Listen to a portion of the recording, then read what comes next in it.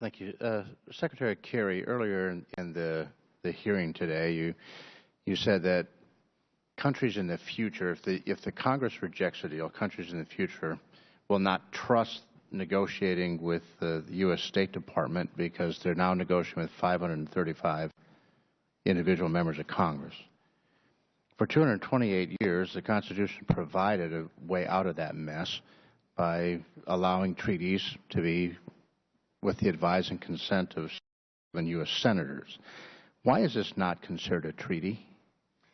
Well, Congressman, I spent quite a few years trying to get a lot of treaties through the United States Senate, and frankly, it's become physically impossible. That's why.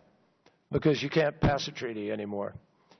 And it's become impossible to, schedule. It's become impossible to pass. And I sat there leading the charge on the Disabilities Treaty, which fell to basically ideology and politics. So I think that's the reason why. Yeah, okay. I may not disagree with that. I mean, the political world around here is pretty challenging for both political parties, and certainly for the Congress and the President. I would say this, that one of the concerns that been voiced to me by my constituents is the fact that in the President's press conference about this agreement, he threatened to veto the Congress's action if we didn't agree with him anyway, and so there was this arbitrary poke in the nose of the Congress when it was unnecessary. And so my folks back home are saying, I want to have some say in this, and that my only say is through you. And so I think that maybe could have been handled a little bit different. Secretary Muniz, is that a go ahead, Secretary. No, I understand. Okay. Secretary Muniz, is it not billions of dollars cheaper to build a natural gas power plant rather than a nuclear power plant? Why do you suppose the Iranians have gone down the nuclear road when they're so carbon rich? I mean, they've got a trillion gallons of reserves of natural gas. Wouldn't it have been much cheaper for them if the idea was just peaceful electricity to have gone that route?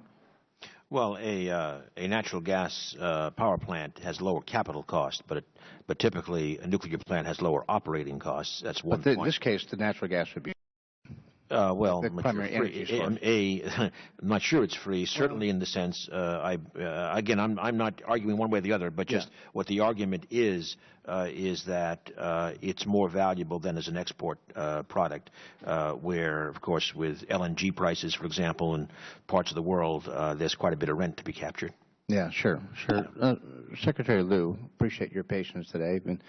Haven't been called on that much, but in light of how penalizing the economic sanctions have been on this economy, it still strikes me odd that Iran would continue to move toward this very, very expensive construction project as opposed to other alternatives. Does this seem odd to you?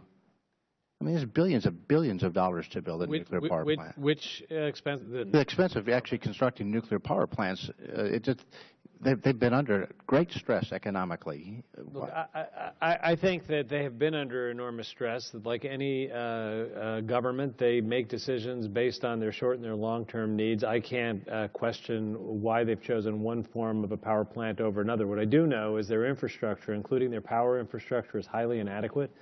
In order to have a foundation for economic growth, they do need more power. And that's going to require investment. It's one of the reasons that I believe they have domestic needs that far exceed any relief they're going to get. Their domestic infrastructure is in a pretty bad condition right now. Well, it seemed to me that one of the possible solutions to this whole deal would have been for the P5+1 countries to assist them in building alternative sources of electrical power to meet that need, as opposed to setting this canard up where now in 15 years, if they choose, they can go ahead and nuclearize from a weaponry standpoint. And with that, I'll go ahead and